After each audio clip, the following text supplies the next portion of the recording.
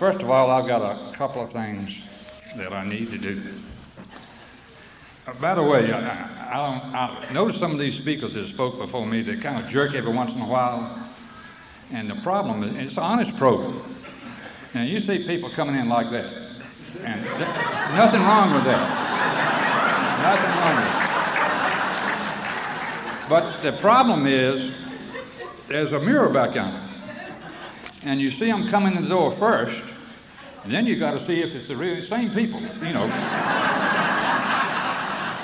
And it kind of gets confusing now, particularly when the same people don't come through. I want to thank the committee and the people involved in getting me up here, and you know who you are. You got a good deal here. And I've been to a lot of them, but this is one of the best I've been to. I want you to know that. I was down at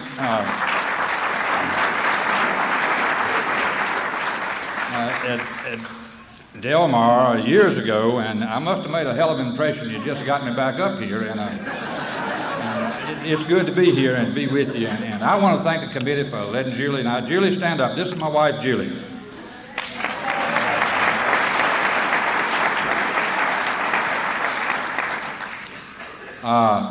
It's good to be here. And by the way, I want to thank the committee for letting me get up here this morning without all this stuff you go through. It's always appropriate when you're a Sunday morning speaker. You know, I heard years ago the purpose of Sunday morning speaker to clean up the mess. And it ain't no mess here, I'll tell you. And I know most of them, and I thank God for all of them, and they did a wonderful job.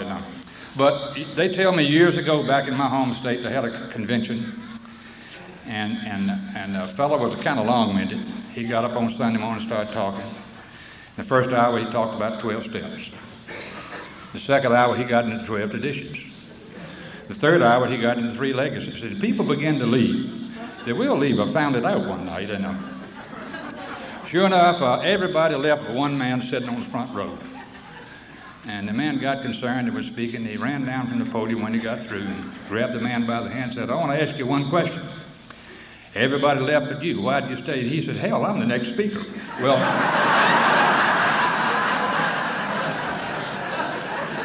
you kind of know how I feel, don't you? And another thing I want to say is this. Bud, indeed, I had no idea they'd be here this weekend. Now, Bud is one of the few living members in Alcoholics Anonymous saw me when I was stark, raving, sober. And because I came in AA in Roanoke, Virginia, back in '57. I'm an alcoholic. My name is Dave. By God's grace, and because this program works for me, and through the help of some understanding sponsors who have led me with a kind but firm hand, through the love of a loving wife that I had for many years, who passed away not long ago, and then my present wife, Julie, through their love, and through many people in the program of Alcoholics Anonymous, I haven't found it necessary to take a drink any tablets since September the 12th, 1957. And for this, I'm very grateful.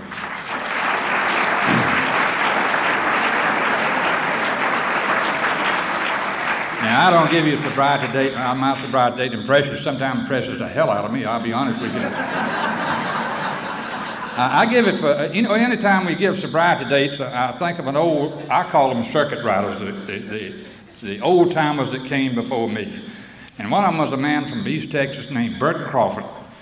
And out in Texas, if you don't give your sobriety date, hell, they'll shoot you. And Burton would get up and talk, and he said, my name's Burton Crawford, and I've been sober ever since I can remember. Well, when you think about it, that applies to all of us.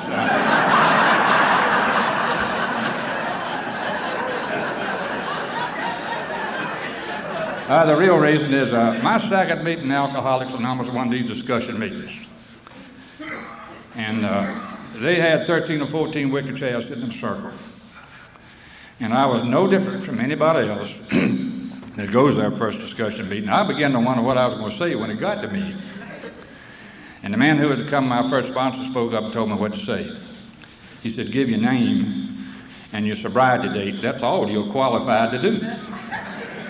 And as a matter of fact, he explained to me after the meeting that's all I was going to be able to do for quite a while.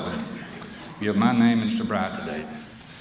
And they had a saying in that group, if you remember that group and got behind the podium, if you didn't give your sobriety date, you usually didn't have one.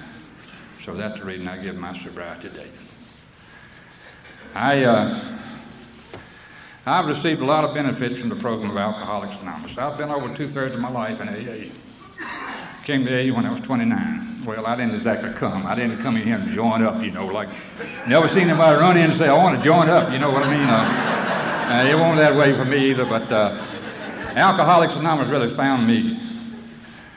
And my getting to Alcoholics Anonymous was unusual in respect. I thank God for the fact I was young when I got here. I didn't drink for 13 years. In the 13 years that I drank, I went from you know what to you know what. And I started my drinking when I was 16. I should have known what to do to a grown man or anybody in the teens because of my father. I didn't know my father had a drinking problem. Well, I knew he had a drinking problem, but I didn't know he was an alcoholic until I got sober. When I began to know something about alcoholism. I didn't know anything about alcoholism until I got to Alcoholics Anonymous and had a little sobriety. My father was one of these men that, you've heard the expression, he's a good man as long as he doesn't drink. And it led to a divorce in my home when I was 12 years of age. My mother was able to clothe me, feed me, send me off and get a good education. Went off to school, and that's where I came in contact with, as somebody talking about, John Barleycorn for the first time. 16 years of age, a freshman in college. Fellows had just come back from World War II, that a lot older. And I was in that environment, and I've always said, no matter what environment you're in, sobriety or before Alcoholics Anonymous, and ever what that environment is, if you stay in it long enough, you'll become a part of it. And I became a part of that environment, and I began to drink. I worked at it in the beginning. We gag, we throw up and all that stuff. And I used to hear the older fellows talk about the pleasure that comes from drinking. Didn't understand what he was talking about. I was gagging most of the time. And one night, one of them explained to me, he said, Dave, if you remember, there's a little pause in between from the time you take the drink and when you throw up. That's the pleasure. Well, you know what I'm talking about. I went on through college and I didn't know what a hangover was. I drank on weekends and got, just living it up and having a good time. But I started doing strange things, getting in strange trouble. I studied engineering in college, but because of my basketball ability and playing college basketball, I was off the job coaching high school basketball when I finished school. And I don't know, a little glory seeking, I guess. I was employed down in northeastern North Carolina, small school, and went out in my profession to become somebody, and I fell upstairs in the coach profession in a short period of time. But I was drinking on weekends and having a good time, and all this is hindsight now. I can remember when we used to, my drinking at that time, it was just on weekends when I'd met some of my schoolmates somewhere to have a party. Well, they became knocked down and drag out affairs before it was over with, show up maybe Monday, sometime Monday. And I began to have some problems with my job because of my drinking, although I didn't know it. It wasn't long before because of an offer at a much larger school, I moved up in the profession to a much larger school. Down east, in my home state, you keep moving east, and by God, it ain't nowhere to go. And that's what finally happened to me. I just kept moving east, and this was a big school, and I had a lot of success there for a period of time until the drinking got in the way. I can remember the first time I was called in the principal's office to talk to him about my drinking, and I resented it very much. I denied it and resented it, and I'd gotten to I was doing some things that you don't normally do. I'd show up sometimes on Tuesday to go to work, and I missed ball games once in a while. I was supposed to be coaching, things like that. And then I got in trouble with a girls' basketball team. What happened was simply this. I'd been coaching the men ever since I'd been out of college, and in the middle of the year, the girls' coach had to go into service and asked me to take over the girls' ball team. Now, I was going to these ball games, real loose. Drinking vodka, it leaves you breathless, and now I wasn't drunk. I wasn't obnoxious, just loose, you know. And the opening tip-off with the girls, I had them in the huddle, and I'd been in the habit of hitting the boys on the rear, and so you know what happened. And as I began to do that, first of all, some parents came down out of the stands. I didn't know what I'd done, I'll be honest, and didn't know what the problem was. And needless to say, the school board met the next morning, and that was the beginning of my down. Well, I tried getting people off my back by getting married at that time. I knew a girl in the neighborhood. I courted for about 2 weeks. And, you know, divert their attention. And, you know, in the book it says alcohol is cunning, baffling, and powerful. The alcoholic is cunning and baffling. And that's the way I was at that time. And we lived together for about 1.5 years and knew after a few months that it was a mistake.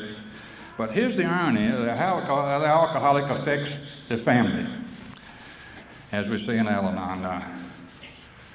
Because of the fact that a divorce would be a lot of embarrassment in the community we're in, we just wouldn't get a divorce. We'd live together. And by this time, I'm the community drunk. And everybody there knows it except she and I. And this is alcoholism. This is alcoholism.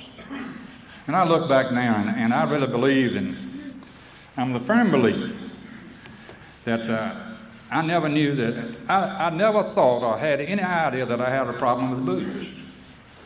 Well, there were times when I used to look at it and take a little glance and look when I was down and out. I had to bargain with somebody to get something. And I would say maybe it's the wine, maybe it's the beer, maybe it's the people. But invariably, as I began to get my health back after I won those drunks, I'd become that same liar that I'd been before. And the things would come back. I didn't know what the truth was. I could honestly deceive myself. And that sickness is it worse. I don't even understand it today. In fact, in spite of the people I work with, my sobriety, and the people that come into Alcoholics Anonymous in the future. And that's the inability of the alcoholic to see himself in his worst moments. And that's the thing that just about destroyed me and a lot of you. We could not see ourselves as we really were. Could not face reality. Well, what happened, I finally was given the option to resign from this school, and because the wife had left. And I was later employed at another school a little bit further east. And it was the rock bottom of schools. I lasted 6.5 months. Prior to that, my mother, let me tell you about my mother. I had a mother that loved me to death. And prior to this time, I had been when I came along, there was no such thing as treatment centers. They were what they call drying out places, where they dried you out, so they said. And I went to some of them. 3 or 4 of them up and down the East Coast. I enjoyed going because they'd taper you off. I don't know if any of you ever tapered off or not. I enjoyed tapering off. You sipped and you sipped and you sipped, and I was usually in worse shape going home than when I got there.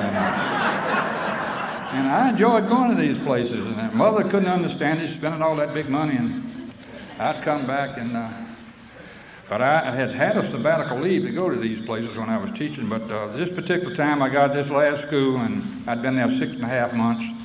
The only way I can describe my drinking at that time, I had to get up 4 or 5 o'clock in the morning, drink enough booze, and I had it then to stop shaking. So I could get take a shower, shave, and get my clothes on to go to school, 12 miles down the road. And invariably I knew what was going to happen at 12. The shakes would start again. I'd have some hid in the gymnasium and automobile. Drink enough, a few shots, stop shakes, pray for 3 o'clock, get in an automobile, go back to town, go to the beer joints, liquor store, and do the same thing over and over. 6.5 months of it. And one day the principal just stopped me in the hall and said, "We don't need you anymore." Hell, we didn't even have a conference. We didn't discuss it. We didn't even talk about it. He said, "We don't need you anymore. Give us the keys."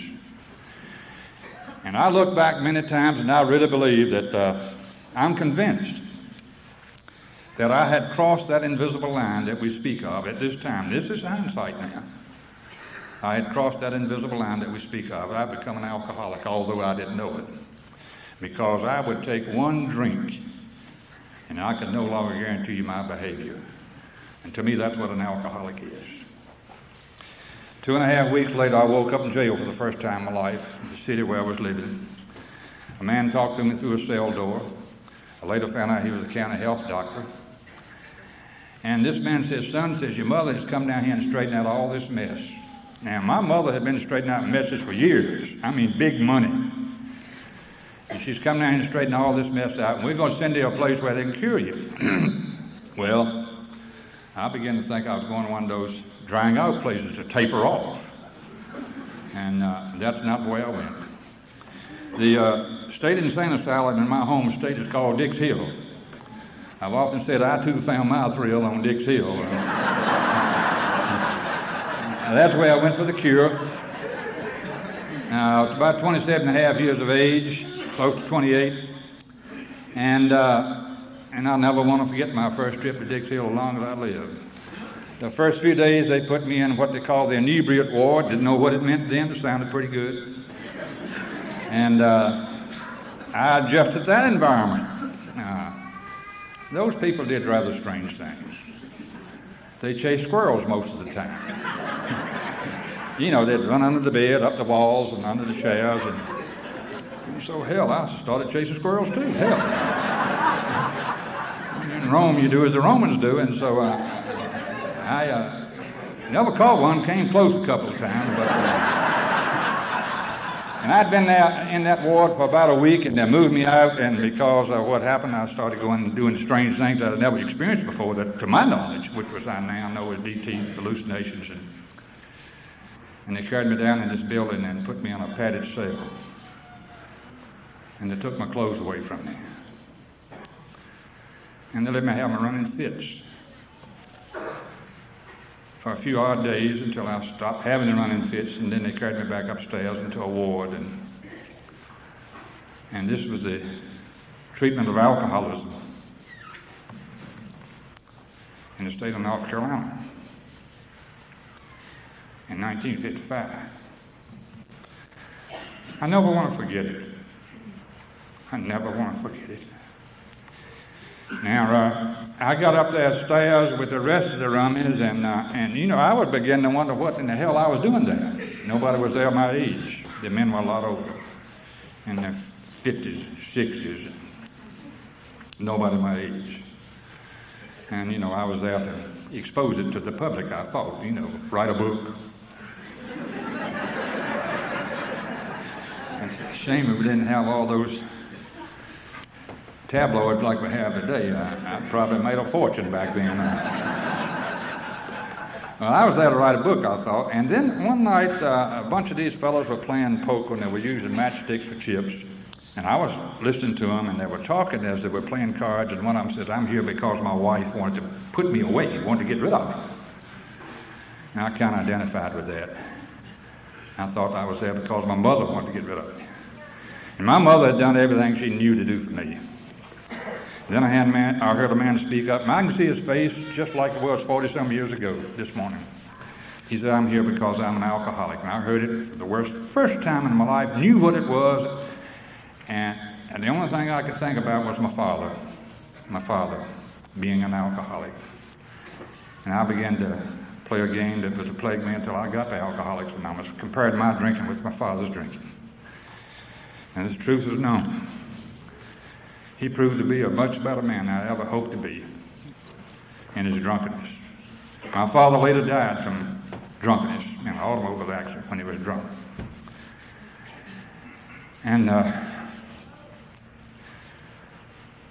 one of those amends that I've never made directly to him, I never had the chance to make. I wish my father could have found Alcoholics Anonymous. He had made a hell of a good memory.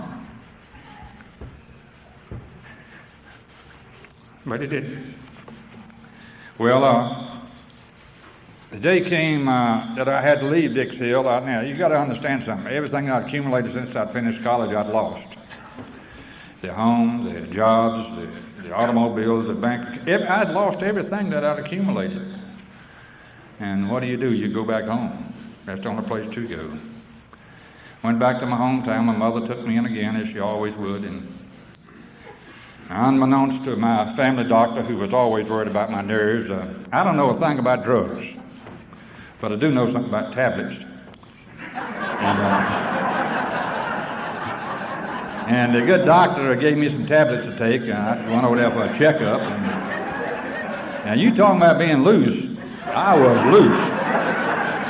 And I was running around with a crowd I'd been in school with at night, and they were drinking, and I was taking my medicine. And hell, I was in usually worse shape than they were.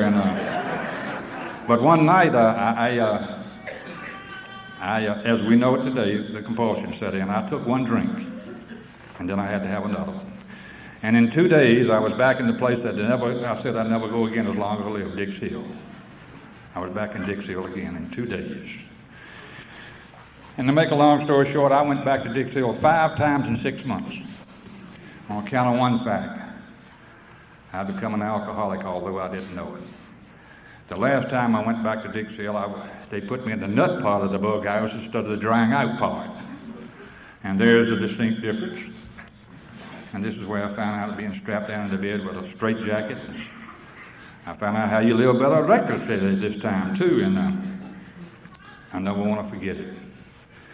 We hear a word, you hear a lot in Alcoholics Anonymous. It's in everybody's vocabulary, but we hear it a lot in AA, coincidence. A lot of coincidences happened prior to me getting Alcoholics Anonymous. And so a lot of coincidences have happened since I've been sober. But one coincidence happened that day. For some reason or another, I'd been in that ward over there with the nuts. I'd come to the point that I accepted my fate, I'd be one of them. But something happened, and one day they put me back over in the old building with the rest of the drunks. Now, you got to understand something. I'd been there so much, it more or less made me an honorary attendant. I worked in the kitchen, went to get mail and such stuff as that. And one day, 2 other fellows and I going to get the mail at the main building decided we'd leave. Well, don't want to sound dramatic, but we escaped. Well, back then it was like cops and robbers. And we ran like hell and crawled that fence, and we got out of that afternoon and got into the old Andrew Johnson Hotel in downtown Raleigh, and we got a bottle and was sitting there drinking that afternoon, and the 6 o'clock news came on the TV, and God to come up with an announcement, 3 criminals insane had just escaped from Dix Hill. And we were sitting there, you know, and one of them said, wonder who the hell it is. Well, and it wasn't long before we found out who it was. They flashed those still photos, and God, I started laughing a little, and one started crying, and the other one just got up and ran like hell. And we ain't seen him since, so I don't know what happened to him. And the other fellow and myself decided, well, hell, we're gangsters now. We better split up. And so that's what we did. We got out of there, and the next morning I was on the streets in Raleigh, and a friend of the family that knew me, and knew my mother, and knew my background, knew what was going on. He put me on a bus and sent me back to my hometown down northeastern North Carolina, where I was raised, in a place called Roanoke Rapids. And I broke into my mother's home. Unbeknownst to me, she was in Richmond with a nervous breakdown. And, you know, I'd got in my room, you know how possessive we are, the older we get, in my room. And they come home and brought mother home and found me upstairs in that room. And that afternoon, they got together. Now, I don't know if you know who they are or not, but let me tell you about they are those members of the family who get in one room and crack the door and put you in another one. And they begin to talk about how much they love you, but what they got to do. And they at that time were my 2 sisters and a friend of the family and my mother, a friend of the family that been like a father to me. And one of them came in the room. I'd been there about 2 days. And one of them said, we want you to leave this part of the country. You're killing mother.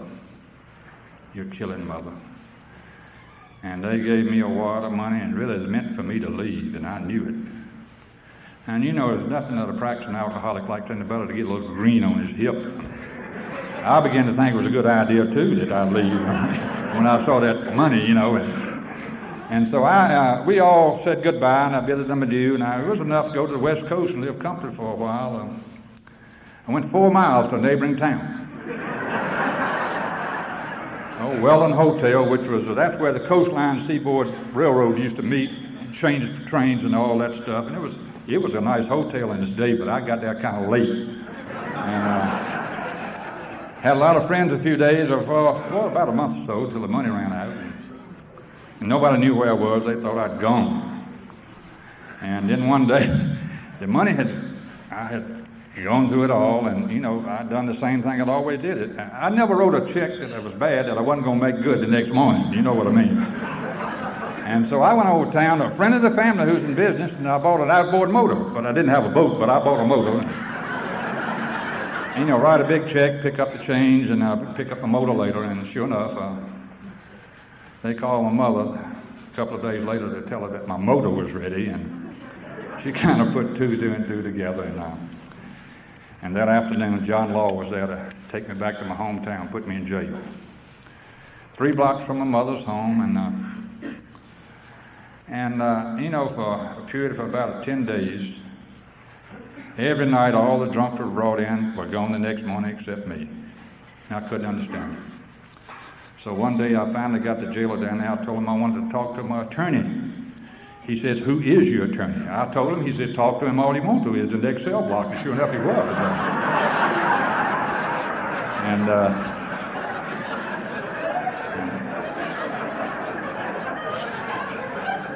And God does work in mysterious ways. This man later became a member of Alcoholics Anonymous and was a member of our state legislature in North Carolina. But he sure as hell couldn't help me that night, I'll tell you that.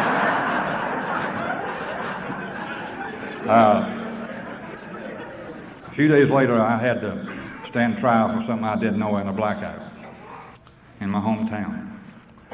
The prosecuting attorney was my mother's next door neighbor, and he didn't seem to know who I was.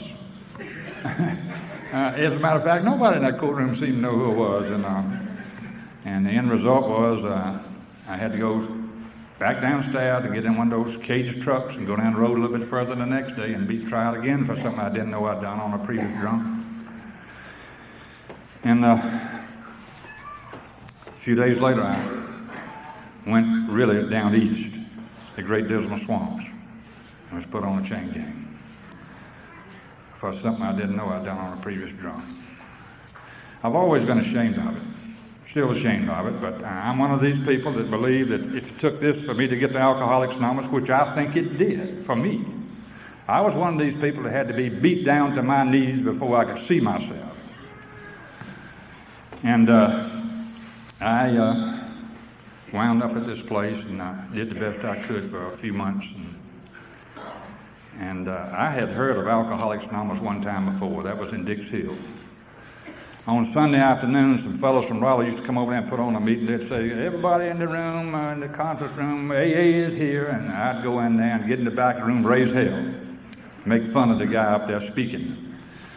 I drank a coffee and ate the donut. And just trying to break up the meeting. I was about 5 years sober when I figured out one day, every Sunday afternoon, those fellows left, but I had to stay. We're kind of slow at times, I got my smoking tobacco and my soda pop by writing letters for these fellows. I was the only fellow there with a college education, and they called me the paper hanger. Writing checks. And the day came that nobody in the family had anything to do with me, and they came, at this camp, the second time I heard about AA was in this camp because the superintendent was a young man, had a young family, a young wife, and on Saturday afternoon they let me cut their grass at the house and then invite me in for dinner that night, and by God, I loved that. That was a good dinner. And one night he said to me, "Dave, maybe your problem is drinking, to go to Alcoholics Anonymous. You're too young to be where you are." And I just told him, "Well, I'm too young to be an alcoholic." Hell, my brain had been about pickled then, but I was still, too young to be an alcoholic. And I left when I had served my time and had to go where I had to go. They carry you back to your hometown and put you out in the city limits. And I went back to see Mother again. And I don't know why, but this time I went to the back door. I guess I was second class. And my mother began to talk to me through a screen door and let me in and have something to eat and began to talk to me. They got together again.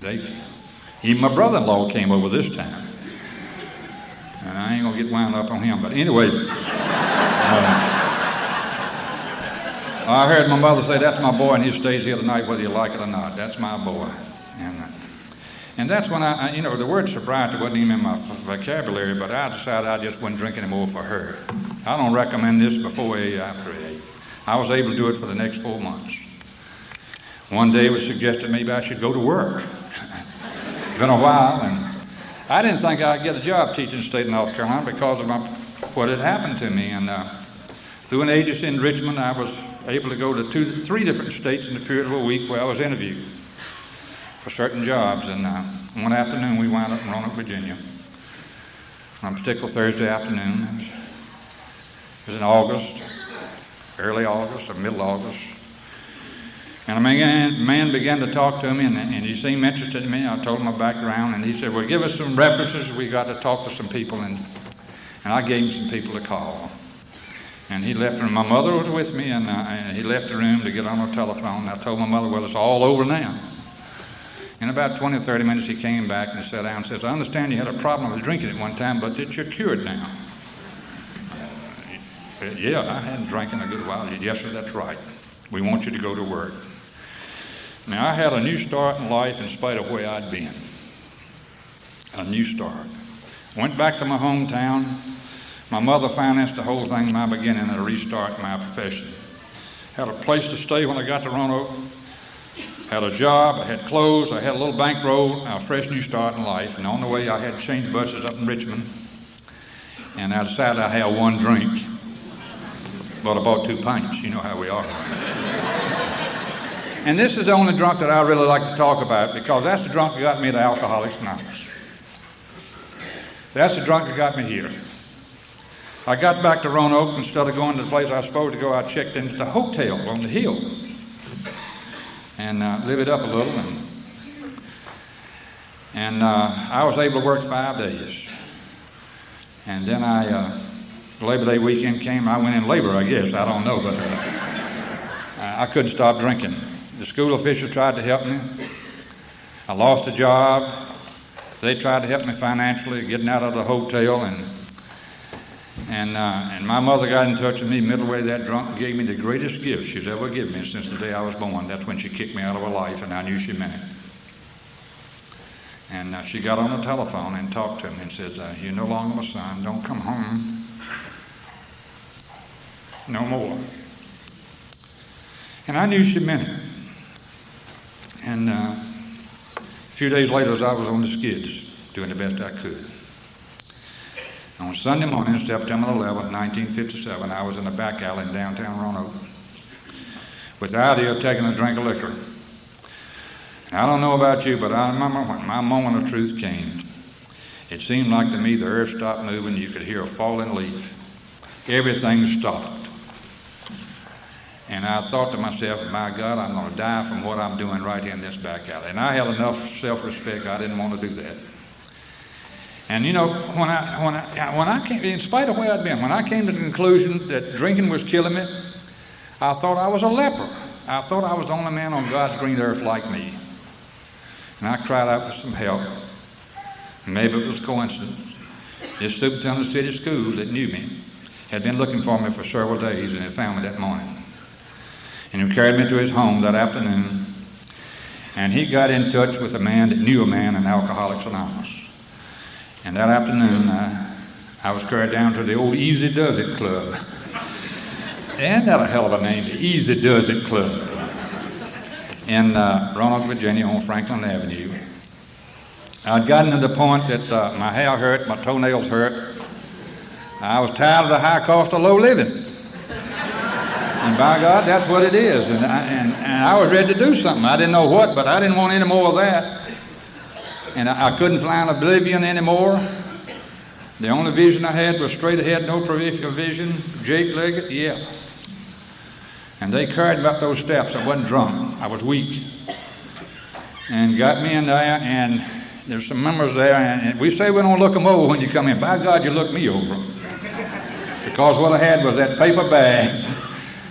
I had a paper bag, the clothes I had on. That paper had an ear syringe, a razor, and a toothbrush, and 10 pennies to my name when I got to Alcoholics Anonymous.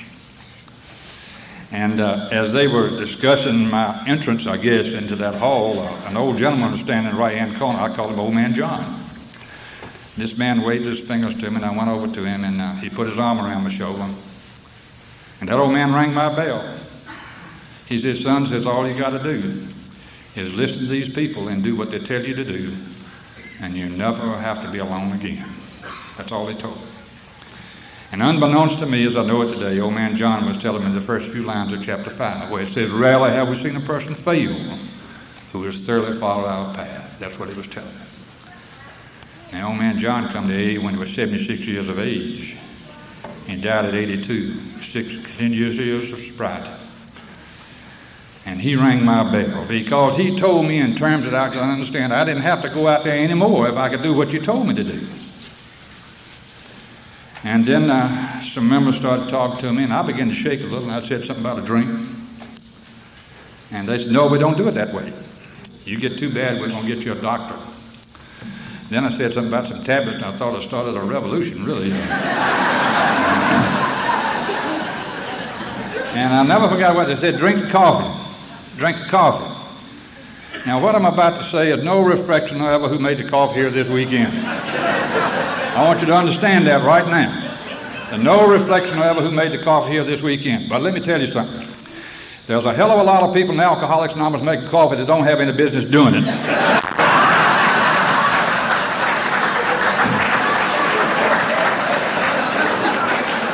And that was one of those days.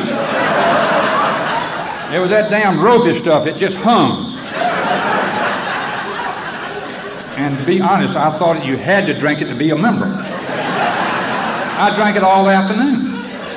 Got sick from it. And it came up rough. Now, I want to tell you something.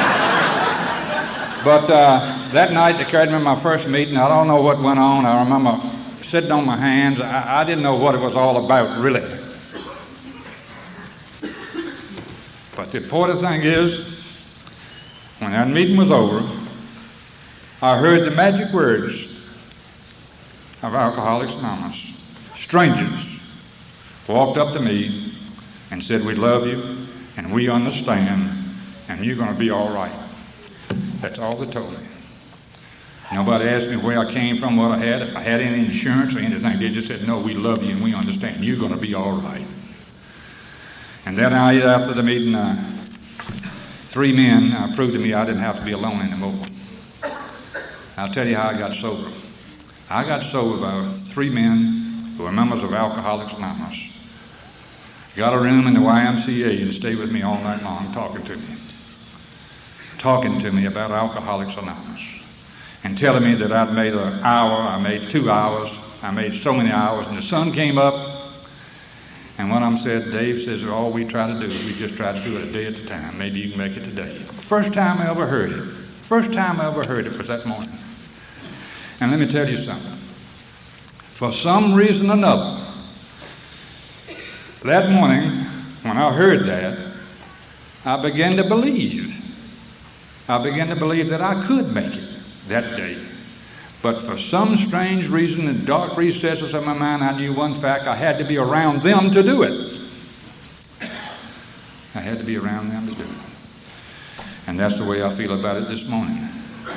I still got to be around you to do it, in spite of my sobriety. That morning, they carried me back down that club, and I was introduced to the man who had become my first sponsor. I did not ask for him.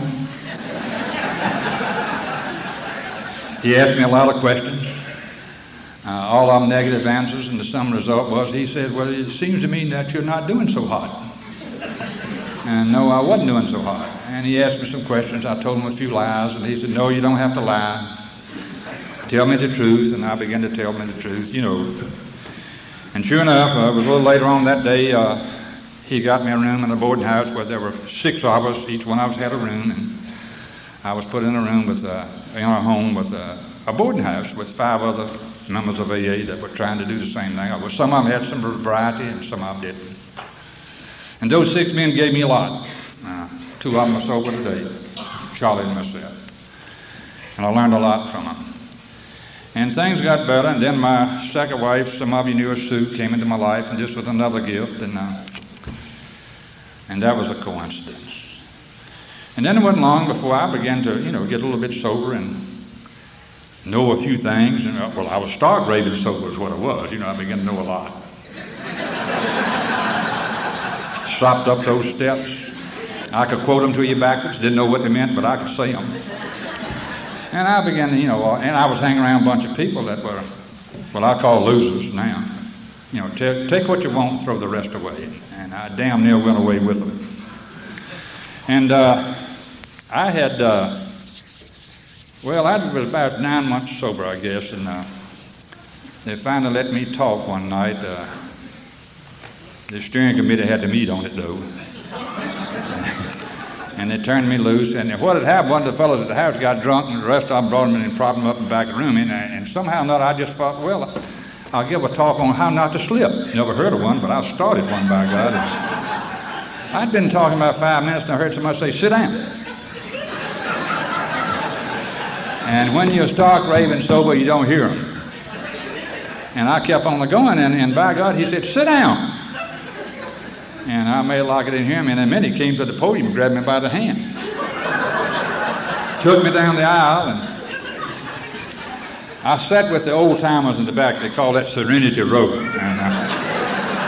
And true enough, as I was walking down the aisle there, everybody's aisles is big. This is something new. And my thoughts were this. My God, I got too much power for him tonight, and he don't want me to overdo it. That's all it is.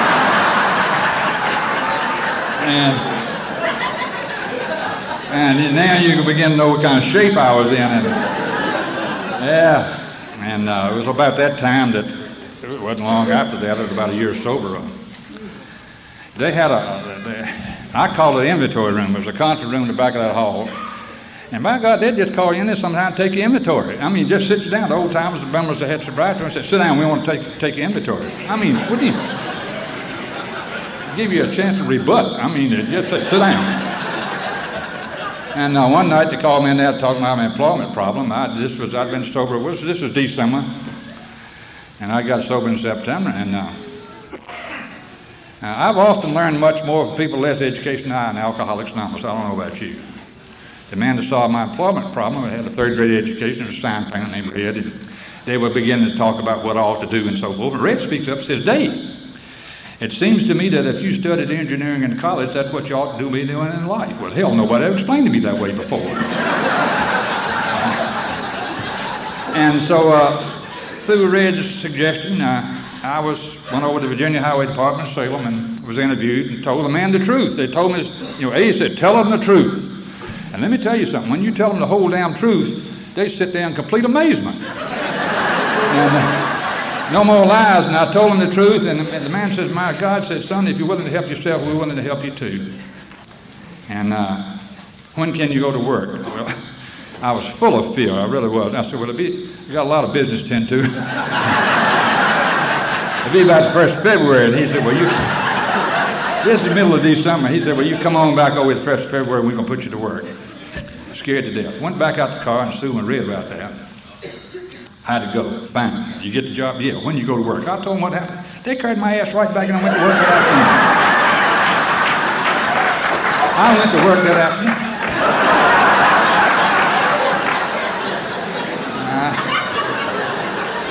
I guess that's what you call AA in action. I don't know.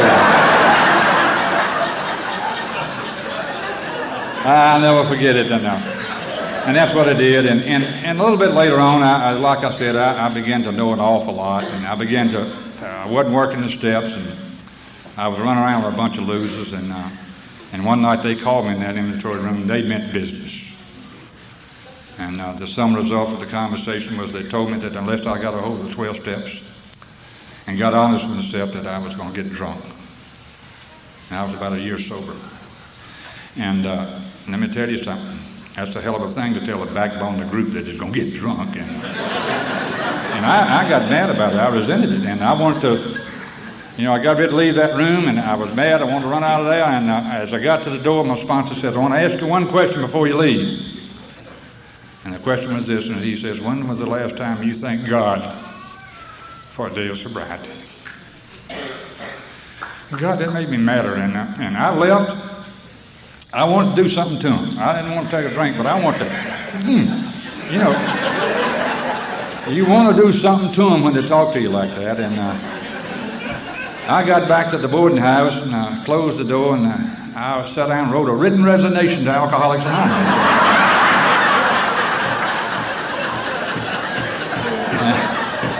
And as I was involved in this composition, I began to hear his voice, and it got louder. And it was an echo, and it got louder and louder and louder. And finally, I was forced to my knees for the first time in my life and prayed to a God that I really didn't know too much about after a year in sobriety. God to me at that time was a question mark in the sky. Maybe yes, maybe no. But I was able to walk into a bathroom, look at myself for the first time in my adult life, look in a mirror and know what I really was.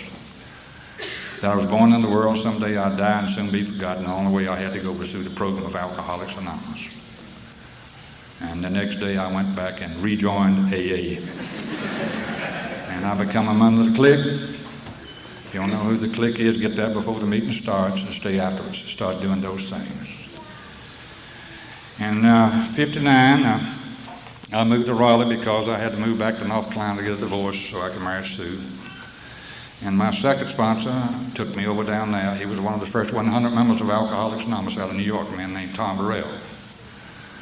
And Tom and Bill were close friends. As a matter of fact, Tom replaced Dr. Bob on the old Alcoholic Foundation as a trustee. And this man is the man that rammed the big book down my throat.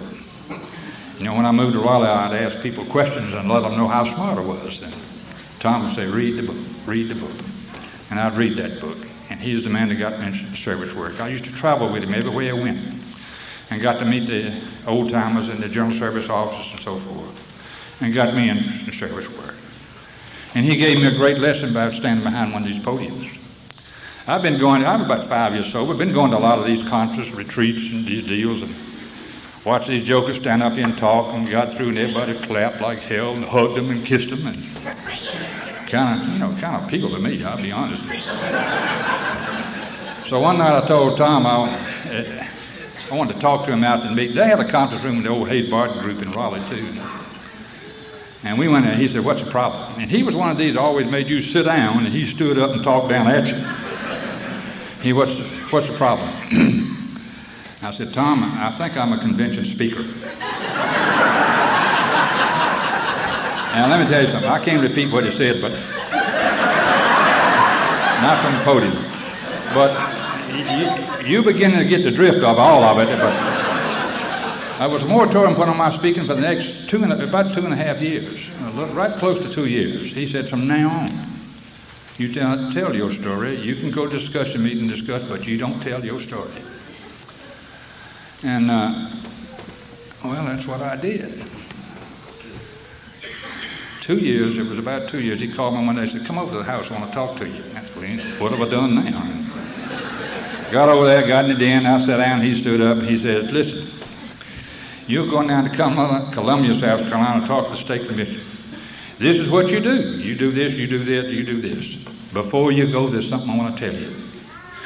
They asked me to go first. I can't go, and you're going as a damn substitute, and don't you ever forget it as long as you live. And I'm just a damn substitute this morning, in case you're interested. And that's the way I feel about it. I really do. What I know about Alcoholics Anonymous, I heard from somebody else, from the book and my group. And it was a great lesson. And then I've had 2 sponsors since then that passed on. All my sponsors except one, the 5th one. He was rather reluctant. Hoss, and he's a man I sponsored. He's got a little bit less sobriety than me. So I've been surrounded with good sponsorship, which I think is part of the reason I'm here today is because of good sponsorship. I've often said that people I work with get half of what I got, they're going to make it because I got the whole load. I got the whole load to still get it.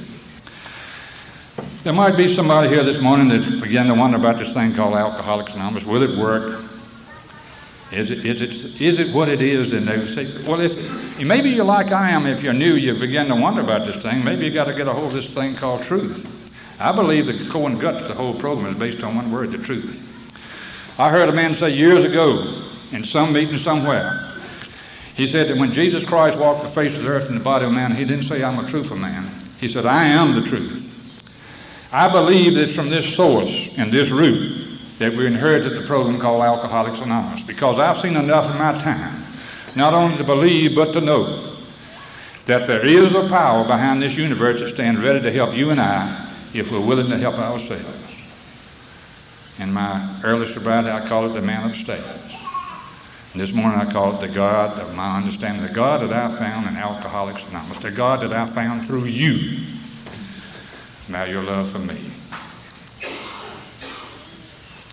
I have been sober for a while. One of the greatest things that happened to me is my mother. It took 9.5 years for my mother to accept me back in her life. She couldn't understand how I could do it for a bunch of strangers and I couldn't do it for her. And she later became, it's another story, but she later became one of the greatest friends of Alcoholics Anonymous I ever had. And I thank God for the fact she lived to see me sober 32 years before she died. Another thing that's happened, maybe they're coincidences, I don't know. Julie came into my life. I got a family now. Something I never experienced. Maybe it's a coincidence, I don't know. Maybe it's a coincidence we're here today and I see friends that I've been around for years. And we're here in celebration more or less. Well, if it is a coincidence, I define a coincidence of act of God in the midst of time. The same God that has been doing for you and I that which we could not do for ourselves. God, the Father of all mankind. In spite of this sobriety, I still know there are certain things I have to do. I have to continue to have a monumental desire to work at this program. You know, when I came to you in the beginning, I told you I was willing to go any length to get this program. Any length. And sometimes when that phone rings at 4 or 5 o'clock in the morning, some guy or gal wants some help. I begin to think, well, wonder if they could work, wait after breakfast. And them 3 men that night didn't dump me at the Y and say, we'll be back after breakfast. No, that's not the way it works. That's not the way it works. I have to work at it. The second thing I have to do is I have to go to meetings of Alcoholics Anonymous. That's where it's at. That's where we survive among individual egos. It's the little people. And I look back at my sobriety and people that I've been connected with, people I work with, and it's the people I have to be around, like Vernon and Gertrude. A couple that I've sponsored, they've had a lot of problems over the years. One of them, Gertrude, now sober 16 years, and Vernon's going on 3. Vernon should have more than I have, and Gertrude should have more, but they worked at it. But in their early sobriety, they'd lost a driver's license and everything, and I used to make them, they'd have to call me to carry them to the meeting. And this was Christmas Eve one night, and I led the meeting. It was on the 8th step. And after the meeting was over, just a few people there, and we got in the car and going down the road, carrying them home. The 8th step now. And Gertrude, they'd been married 16 years at that time. And Gertrude says to Vernon, Vernon, when you going to make some ends to me? And Vernon says, honey, you're not even on my list. And it's people like that. It's people like that. And I know for a fact some members of my group here this weekend. And the reason I'm here is because they let me come. I represent my group. I think it's the best one in the world. And I hope you think the same about yours. That's the way I feel about home groups. And then there's a story about old Henry. Some of you might identify with this. I don't know. Henry was a man. It was an elderly man that came into AA in Raleigh, and he was a car salesman, and he sold me 2 cars, so he's all right. And he used to travel with me, but Henry had a little problem in the beginning, staying sober. And one week, on one of his drunks, one of the fellows that worked at the funeral home said, let's carry Henry over there and put him in a coffin. Maybe that'll help him.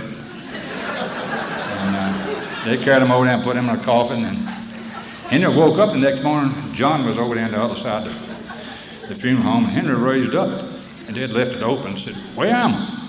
Where am I?" And John said, "Henry, you're dead."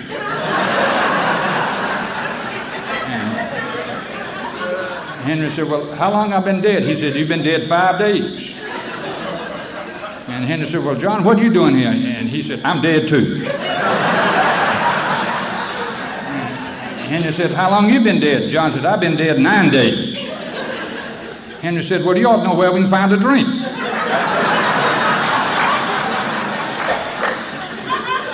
People like that.